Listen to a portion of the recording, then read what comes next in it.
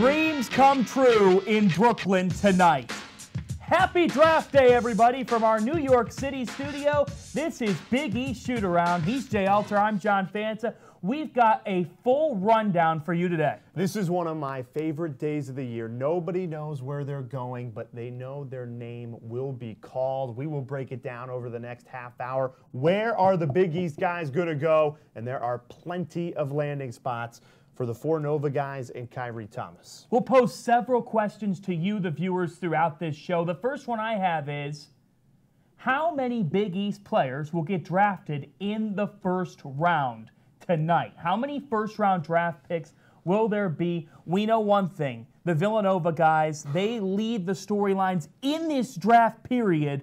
4 that will be selected. Yeah, 4 names. Jay Wright headed into this year has only had a maximum of 2. That was back in 2006 with Kyle Lowry and Randy Foye. He has the potential to double that up tonight in the first round alone, but all 4 guys definitely going off the board. And then there's Creighton's Kyrie Thomas, Seton Hall's Angel Delgado, Butler's Keelan Martin that will be also in the mix.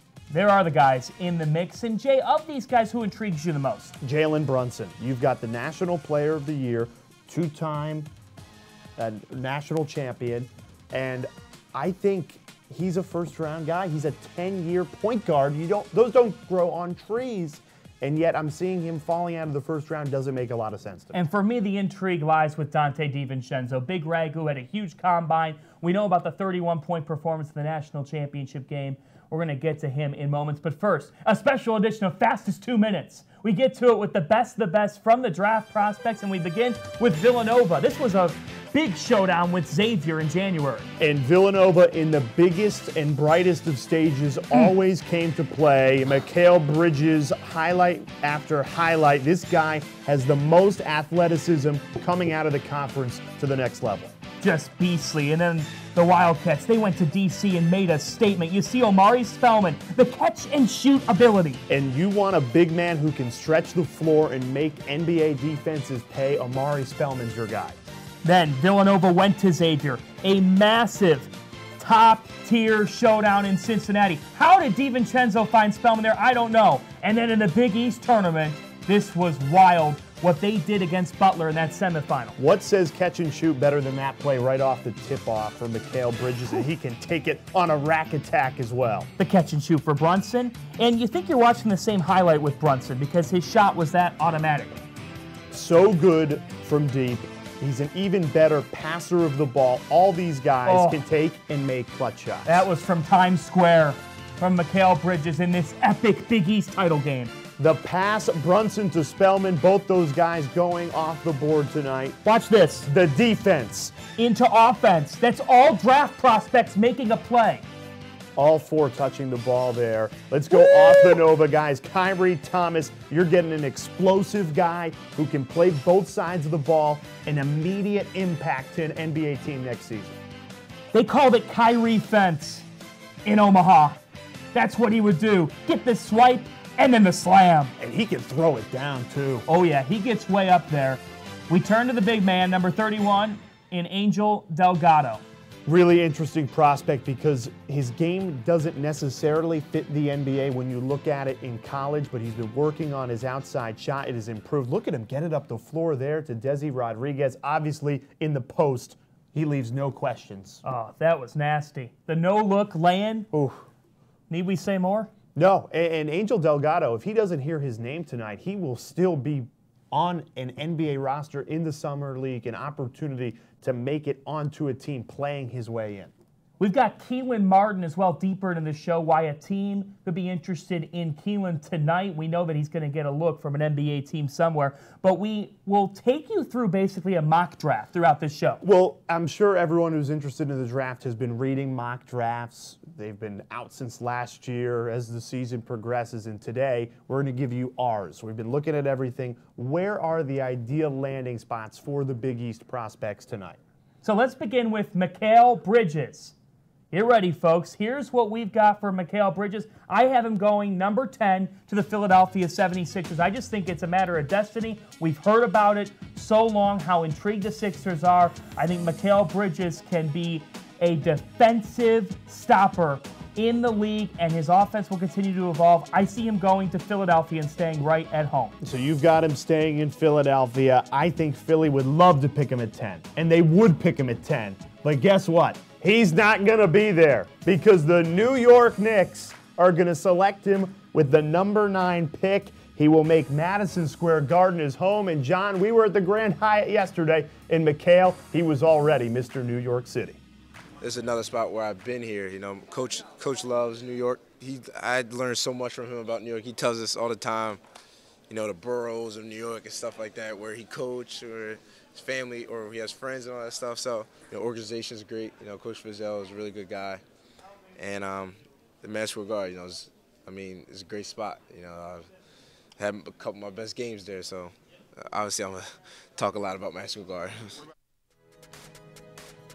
And McHale getting some experience dealing with the New York media. The draft, of course, in Brooklyn. So everybody's swarming McHale Bridges' table. In that first session at the Grand Hyatt, he by far had the most cameras and microphones in his face. Another guy who did have those cameras and mics was Dante DiVincenzo. Big Ragu. Nobody in the entire draft, and we're taking everybody, not just the Big East players, has seen their stock rise more than Dante DiVincenzo. Jay Wright said it earlier this week. He was about a mid to early second-round pick. Then he has the national championship most valuable player performance. He backs that up at the Combine, producing great numbers, and now he will be selected in the first round. It's just a matter of where. And I have him as a top 20 selection tonight. And I think that he goes number 17 in the NBA draft. So that's the Milwaukee Bucks. You've got Dante really just right outside the lottery. Because this is a guy who checks off all of the boxes. He's explosive. He says his defense has gotten a lot better, and teams love that about him. We know he's got the catch and shoot ability, but he does more than that offensively. He can attack the rim. He's really good around the rim, both on the defensive end, because we've seen him block shots. You saw him do it in the national championship game, and he knows how to attack. Would not be surprised if he goes off at 17. I have him at number 20 to the Timberwolves. And the question that he answered yesterday, what's the best part of your game right now? He said defense. And when he looked me in the eye and said that, I was thinking of Tom Thibodeau in Minnesota. What does he value more than anything? Defense. That is what Dante will bring you, in addition to great shooting ability. Here's what these guys had to say at the NBA draft media availability. Depending on who it is, you know, I got each guy. They all clowns. So if it's Dante, I already talked to him about it. You know, he wants to move in with me. I said no, we're not moving in together. We could maybe be a little neighbors. Nah, he's funny. Jalen, same way. You know, I haven't talked to him about it, but I mean him, Dante, Mario. No, I love the guys. They're hilarious. But I mean, that'll be actually a really cool opportunity, just be around them again, and just have another buddy with you. Yeah, I mean, we talk every day, just checking in on how each other are doing. And, I mean, it was really cool seeing McHale here yesterday. I got to hang out with him yesterday and today. So it's like we're back at Villanova just joking around, laughing, and having fun. I hope all of us go as soon as possible so we can see each other as soon as possible. I mean, it'll be an unreal moment is when Coach Wright is going to be able to sit between me and McHale at the table. He didn't want to pick and choose where he had to go, so now he gets to have two guys next to him. Yeah, I mean, it's history. 20 years from now, it's still going to be talked about for those specific groups of years. And I mean, it's just awesome to be a part of, awesome to share that bond with those guys on the team and those coaches, because when all of it dies down and everything, we're still going to have that connection, that bond.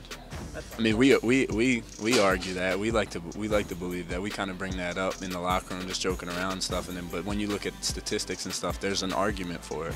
So I mean, we carry that chip on our shoulder. I mean, there's a lot of talented teams before us every year. Just to be blessed to be put in that conversation, that's a blessing. But I mean, all I can say is that I know for a fact is that the 2018 team is better than the 2016 team. So I mean, we have arguments about that for the past couple months, ever since we won with our past teammates. But I mean, it's just cool just to be in that conversation with everybody else. But I mean, I don't know who's the best team. I feel like Kentucky out here, man. Got 4 Jazz coming out in the first round. But no, I mean, Coach, just how he runs, the organization. Just, I think the biggest thing is how he recruits guys who really well with high character.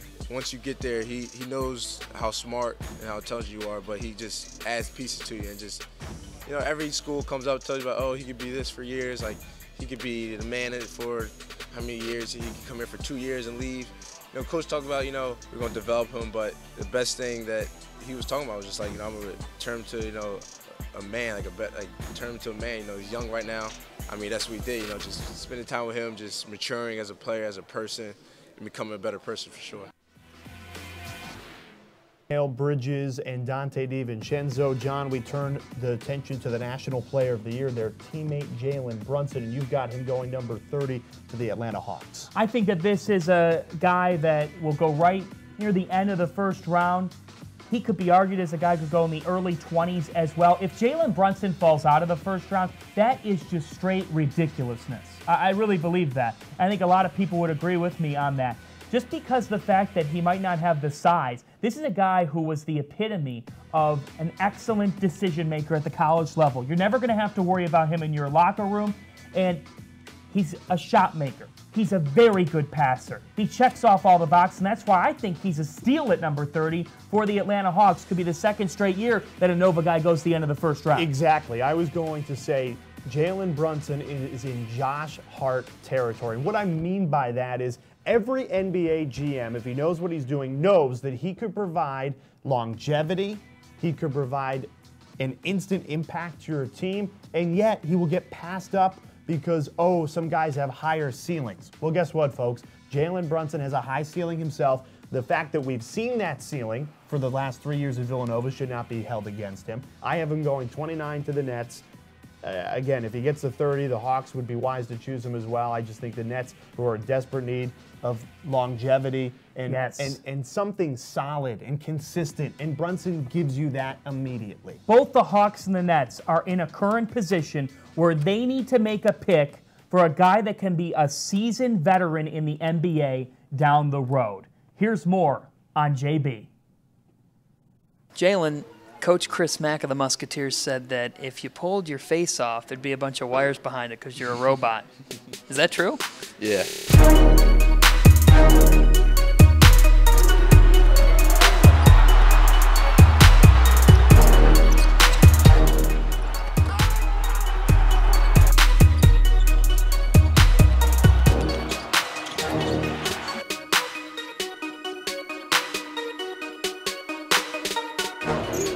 Villanova enter that lane. They don't hear. Look at this. How about that move? Oh, boy. An ankle breaker. Oh, man. He's got that boogie, woogie, oogie. He's on another level. Approaches the game like a coach, thinks like a coach, and he plays like a coach. This kid dribbling here. Nice. How about that dish? He has eyes, as they say, in the back of his head. Oh. That is vintage Jalen Brunson. Look at that look. Brunson, deep penetration on the move. He hurt you. It is my honor to present the 2018 John R. Wooden Award to, from Villanova University, Jalen Brunson. I'm a blast off with a heart cold like Jack Frost. You that soft, but get a lot of points for time lost. Why you struggle, son? Your best hustle. Like the double in my sleep, no sweat and no trouble. Burst your bubble. Never see the rain on your parade. Believe I'm game to do my thing. We get plays, you get played. You get clipped, we get saved. While we spit this octane, it's AR, baby. Paul, trust, remember the name. Can post, can pass, can shoot, does it all. He's also a scholar athlete as well. As Brunson comes in for two more, what a move right around the Kansas defense. I mean, yeah, when you get to lead a team and to be successful, that's definitely really special. I'm just so thankful that we have the guys that we have who are always contributing, who are always trying to get better every day, and being one of the leaders of these guys is just, it's very, very special. Our 2018 NBA Draft Profiles continue with the Big East Player of the Year, the National Player of the Year, Jalen Brunson. And John, it's tough to find a guy who's won 2 national championships, finishes his college career as the Player of the Year, and is still getting undervalued in most of the mock drafts. We're seeing Brunson a late first round, even some early second round. And Folks, this guy's going to be a 10-year-plus NBA player. I think that a lot of it has to do with, you think, oh, he's the perfect college basketball player. And he was just that for Jay Wright. He took over for Ryan Arcidiacono after those Villanova Wildcats won the national championship. And the transition for Brunson to become the one was seamless. But you combine his discipline, the decision-making, with the fact that, yeah, he is a guy who's a playmaker. And we're about to see that here. That can equal a guy who can make a living in this league for a long time. For some of the doubters, seeing is believing. So let's do our NBA player comparison. I'm going to give you a winner, a lefty point guard with a high IQ. Who you got? Derek Fisher. Okay. This is a guy who made a terrific living in the NBA doing the things Jalen Brunson is best at, making his teammates look good, winning, which Brunson does above all else. And I'm telling you, you're going to see, will Brunson's scoring translate to the NBA? That's a question we've heard. Look at these clips. The way they attack offensively, very similar. Let's take a look at it. When I think Derek Fisher, I love that spot-up Jay and Jalen Brunson from nearly the same spot. It's like a mirror. Take another look, even the shooting motion. And Derek Fisher was a reliable outside shooter. Jalen Brunson will be just like that at the next level. And then the hesitation, drive, contact, doesn't matter. Take a look at this Brunson play, going through the same traffic, contact, and the foul. I'm telling you, the similarities between these two, they are all over the floor. When Jalen Brunson's on the floor, when he was on the floor at the college level, Jay, the game was at his pace. Not just because he's a point guard, but because he goes beyond that in so many areas. And you just saw it through the tape at the bucket. This is a guy who is so calm, cool, and collected when he's in the lane.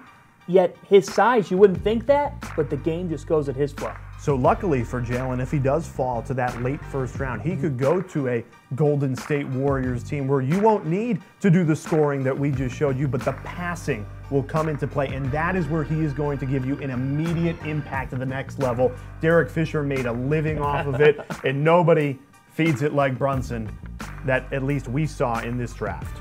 Now, and look at transition here. Derek Fisher, Laker fans loved watching this.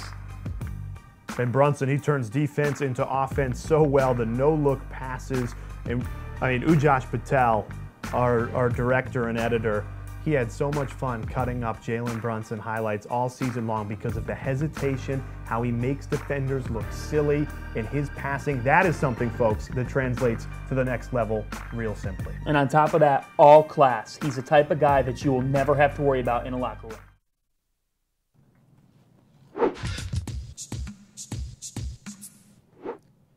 You just heard our insight on the National Player of the Year, Jalen Brunson. A lot more Big East prospects that will hear their name called tonight in the Barclays Center. Here's our conversation with Fox Sports insider Evan Daniels on what he thinks will go down in the NBA draft tonight.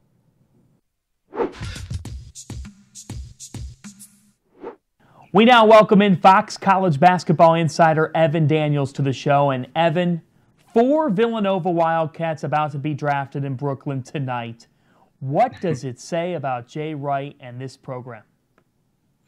Yeah, it's really impressive, the run they've been on really over the past 5-6 years, but the past 3 especially, 2 national championships.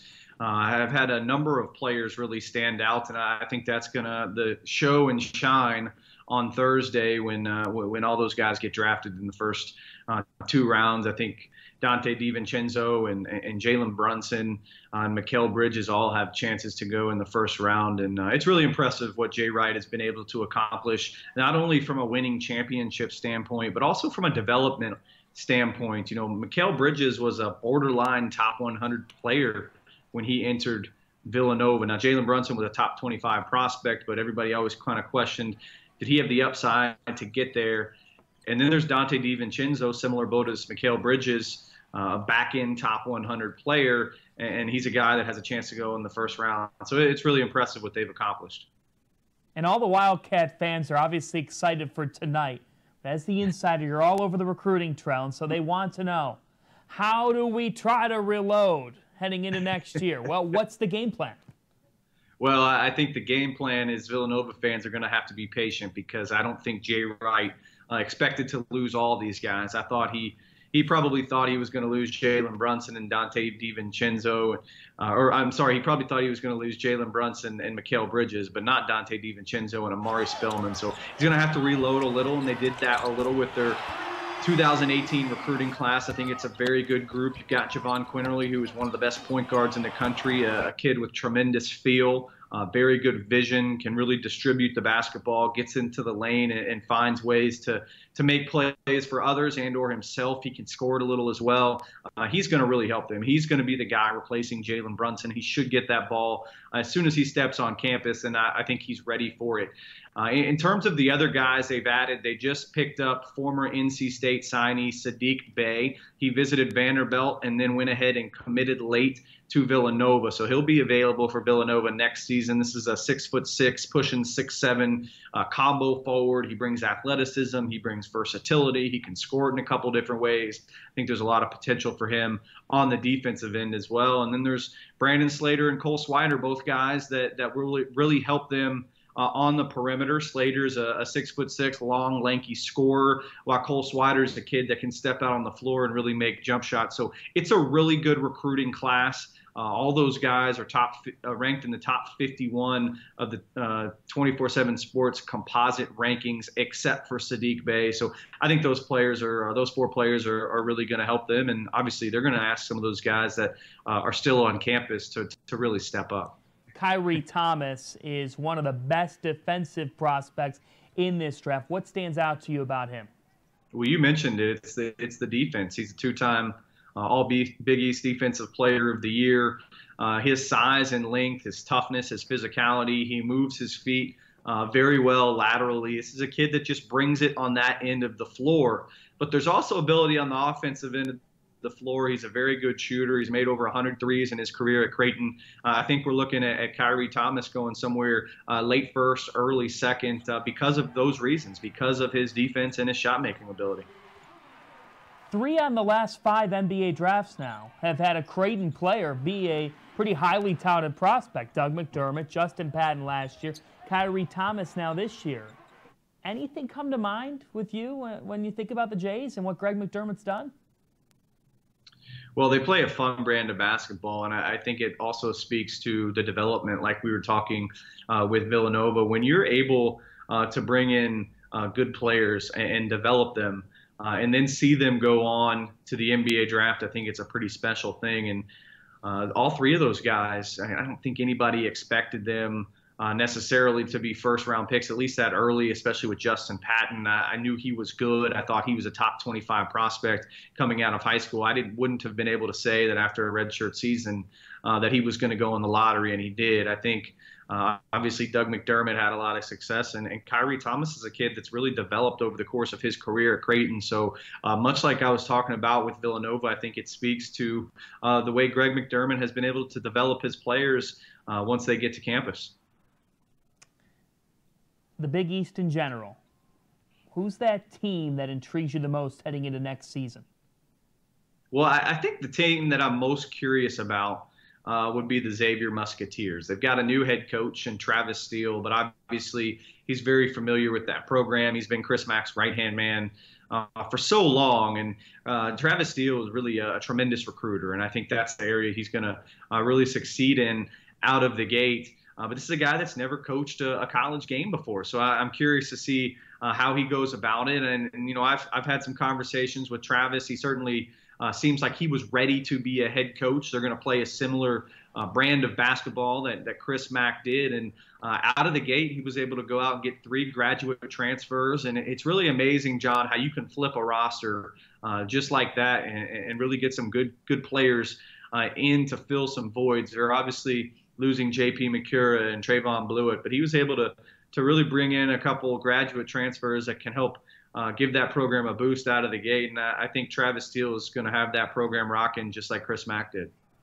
How about that? Musketeer fans will love to hear that. Evan Daniels, Fox College basketball insider. Follow him as well at 24/7 Sports. Thanks so much. Hey, John, I always appreciate you having me on. You do a great job, man, and have a great day, man. Kyrie Thomas is right on the edge of first round, maybe early second round would be probably the worst case. We are right there with the projections. Exactly, and that's not where we think Kyrie Thomas's talent reflects in the NBA draft. We just think when you add in the international players and the high ceilings, a guy like Kyrie Thomas gets passed over for whatever reason, but he will still be a big-time NBA player, I think, because of what he brings on the defensive side of the floor. The offensive side of the floor is a question mark. Can it translate to the NBA? And that's why we've got him coming in at the end of the first round and, you know, first pick of the second round to the Phoenix Suns, where, by the way, he played 20, 25 minutes a game in Phoenix. I went one-on-one with Kyrie Thomas a few weeks ago. How has he risen up to being a top-level NBA draft prospect? Here he is. Second straight year that a high-level prospect comes from Creighton, Justin Patton last year, you this year. What is it about Greg McDermott and the program that have enabled you to have this level of success? First, I'll say just, you know, a simple offense. The offense gets a lot of guys, you know, enough exposure. If you're playing right, doing well, doing your job, the offense, and then after that, it's just a family. You know, Coach McDermott, he treats all of us like he's his own son. Doug, you know, Doug. He loves me more than Doug. Don't tell Doug that. But no, he treats you, as soon as you step on campus, he treats you like a family, and that's something every guy in basketball or any situation will want to feel like. It's a family thing, and he wants the best for you, and he's going to get the best out of you. And you're getting if you're competing and doing your best, then, you know, sky's the limit for you. So Omari Spellman is the final guy that we went through with this mock draft. What do you think? Well, the ceiling is huge because he fits the NBA the way it's going, with a big man who can shoot, he can stretch the floor. I love Omari Spellman's game. But you have to be smart when you're going through a mock draft, and you have to look at what other GMs and what other, not bracketologists, but mocketologists are putting out there. Mocketologists. Sure, put it up there. Mocketologists. So I've got Omari Spellman in the second round. With the Los Angeles Lakers. They traded for this pick yesterday with the Philadelphia 76ers. I've got Omari at number 39. Where do you have the Villanova star man going? I have him deeper into the second round at number 48 with the Minnesota Timberwolves. I think the Timberwolves are very intrigued by him. We know they're intrigued by Dante DiVincenzo. But for me, Omari Spellman told me at the Combine that he knows he's not a finished product. He knows he's still raw. But he believes that the best route for him is to potentially go to the G League and finish his development in the G League and then go to the NBA. This is a guy that we just said it. The sky is the limit. Because if he comes back to Villanova, you could argue that he'd be the preseason player of the year in the Big East after he won the Freshman of the Year award. He does a lot of great things, and he fits the typical NBA big man in that he can catch and shoot it beyond the arc. Omari knows that he needs to learn how to continue to execute in the post. That's the biggest variable here. If he does that, then he's going to be a very good second-round NBA draft pick. Where does Omari Spellman fit in the NBA? Who's a current NBA player that has game like Spellman? Take a look at this. Obviously, you're trying to sell yourself as much as they're trying to feel you. What are you trying to tell them? Somebody who competes at the highest level he can. Someone who's going to show up every day and compete. He might not hit shots. He might not grab the same amount of rebounds every night. But what you are going to get is you're going to get the same effort level, and you're going to get somebody who has a high work ethic and wants to get better. I just wanted to compete and be a great teammate. Inside, oh, that is a man's jam. Omari Spellman. Quick turner, trying to flush it. Spellman said, get it out of here. Spellman, the freshman spin.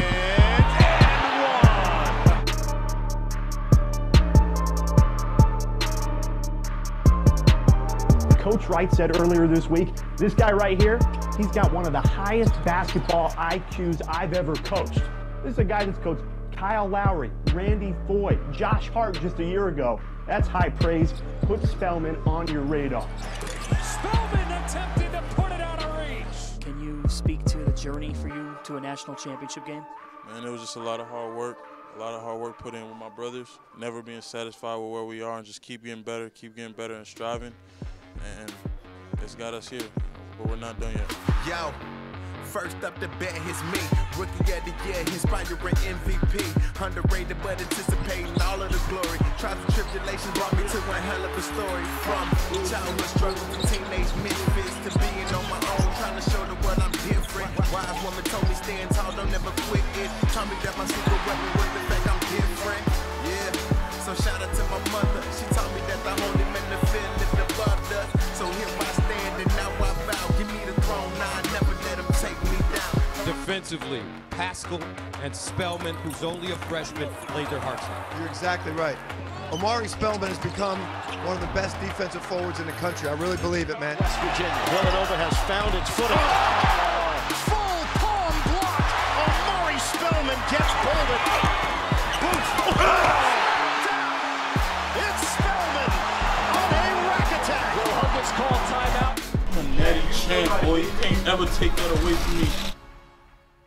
I love you. Our NBA draft player profiles roll on from our Big East Digital Network studios here in New York, and now we're breaking down a huge key in the puzzle for the national champions, Villanova's Omari Spellman.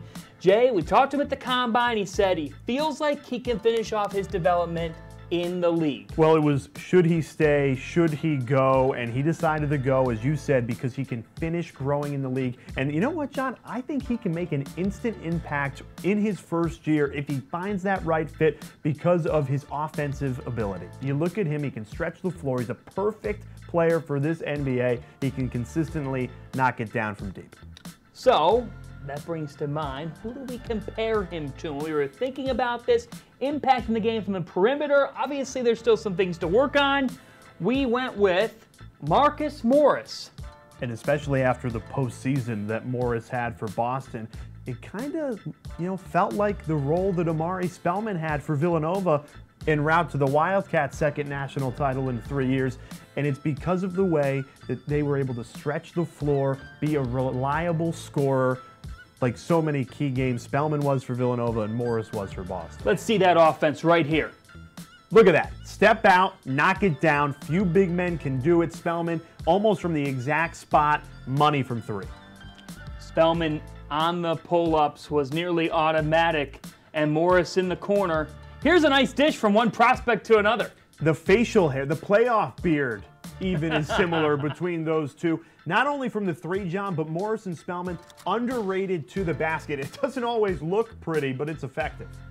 Yeah, Spellman was gritty when he got inside, and he says he still needs to work on finishing at the 10, but he showed he's capable of it. And that's over Jesse Govan, who will be one of the best big men in the country coming back for Georgetown and Patrick Ewing next year. Look, he's not a finished product. Omari would be the first one to tell you. That's why right now he's projected in the second round. But hey, if he can get better in the post, if he can bring a little higher quality on-ball defense into the NBA, he is going to be a big-time player in this league. Let's break down what he can do defensively. We know that he can block shots a lot like Morris, but there is developing that needs to be had on this end of the floor. Oh, look at that. Yeah. Ferocious.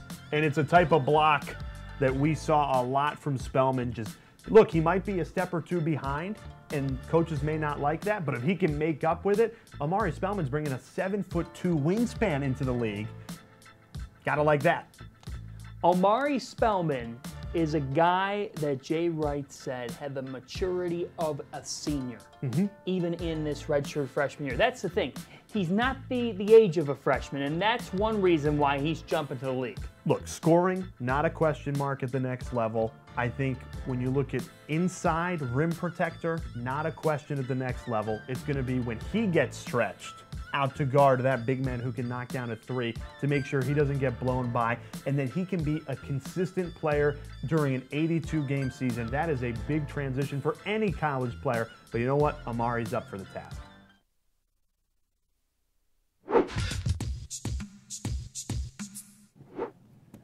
Well, who are some of those other NBA draft prospects to watch out for? We've got our eyes on two in particular. And it's a shame that they're in the other category, especially Butler's Keelan Martin. You could make the argument that he is offensively the most NBA ready, and I say that because I think his game fits the NBA style so well. He is a bucket getter above all else. He can beat you from the perimeter. He's got such physicality on his drive. Keelan Martin, I'd love to hear his name called tonight. Well, size is always a factor, and he's 6'7" and plays on the wing. So he fits that NBA mold. He was a bucket getter in his senior year.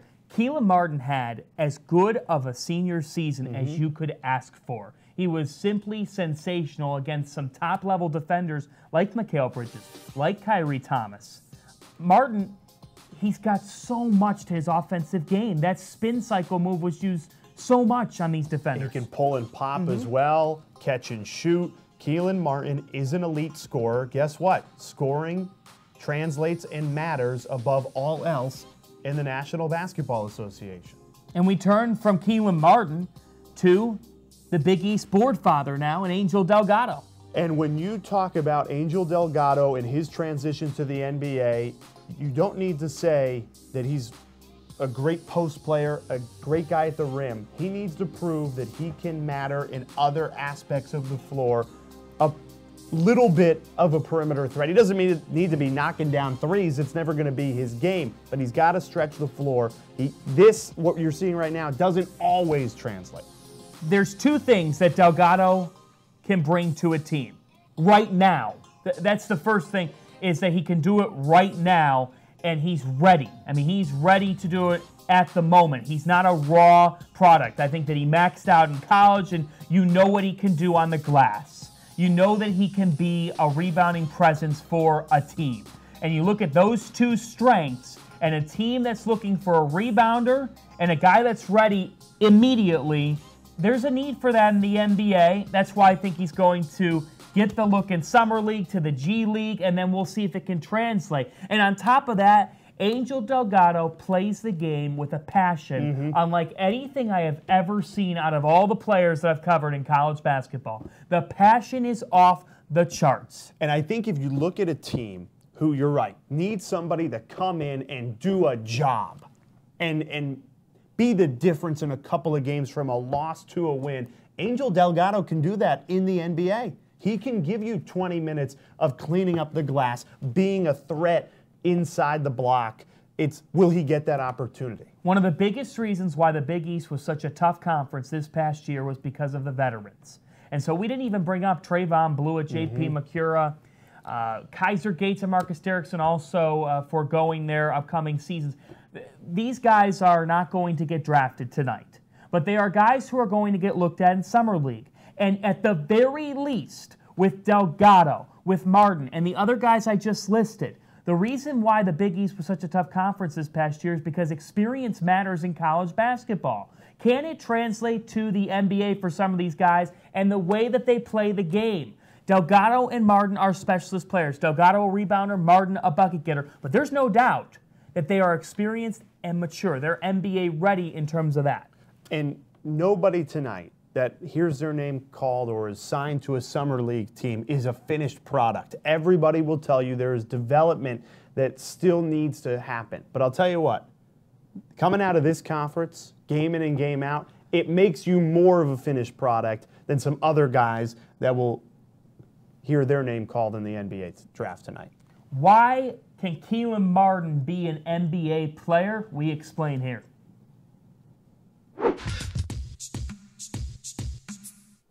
Our 2018 Big East NBA draft profiles roll on, and all the love has been to the 4 Villanova guys headed to the NBA. Kyrie Thomas out of Creighton. We've got another name for you. Butler's Keelan Martin, coming off a terrific senior year for the Bulldogs. Fanta and Jay Alter with you. And when you look at Keelan Martin, a Big East unanimous first-team selection, he absolutely deserves a spot at the next level. His talent, I think, fits the NBA game beautifully. An absolute bucket getter. He put together as good of a senior year as you could ask for Keelan Martin. I mean, that was stellar what he did. This is a guy who had unlimited range, could create his own shot endlessly, and he defended the ball a lot better. LaVall Jordan has raved about the way that he carried himself throughout his senior year under a new head coach. I thought Keelan really built his stock. And draft boards are starting to think the same of being a back-end second rounder. Yeah, second round for Keelan Martin would be perfect. And we're trying to think of a guy who was drafted in the second round, a proven scorer in the league. We went back a little while. It's a challenge, folks. But I'm going with a right-handed Cuttino Mobley. And seeing is believing, so let's take a look. Get out the footage of Cuttino Mobley. And when you talk about bucket getter, John, that's exactly what Mobley was. Strong to the hoop. Look at Martin put you through the spin cycle. They can attack the basket and find ways to get buckets, and Keelan Martin does just that. And both of them can knock it down from outside. Got to appreciate the old ESPN score bug. Where the numbers just flipped like that. That was amazing. And Martin, I just love the way that this kid plays because he's got size too. Right. So he's a 6'6" in the NBA shooting guard, small forward. You're not going to see Keelan Martin back down an NBA player in the post. But guess what? That's not his game. His game is to draw you out. He can beat you from outside. He can take it to the hoop. We saw plenty of that all season long from him. And you know what? Even if he doesn't get drafted, he will absolutely make a summer league roster, and that is where you will see him shine. I would be stunned if he's not on an NBA team a year from now. That's the kind of kid this is. He really has that bucket getter ability, and Keelan Martin, the ability to also rise over defenders because of that height. It's a perfect combination to do something in the league.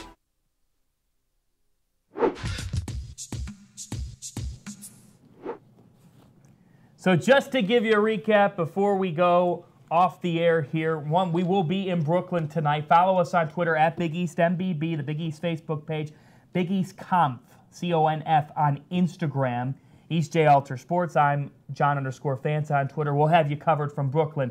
But in terms of the Big East guys to watch for, Villanova with the core four. They've never had four guys in the NBA draft. This is a historic night for them. On top of that, Kyrie Thomas of Creighton, and then we will see what happens deeper into the second round. But your final thoughts heading into tonight? I can't wait to see, coming off a national championship win, Jay Wright will be sitting in between Dante DiVincenzo and Mikal Bridges all at the same table, and they'll hear two of their other teammates' names called. That is a historic moment for Villanova in this conference. And then I would close with this, what Evan Daniels and I talked about.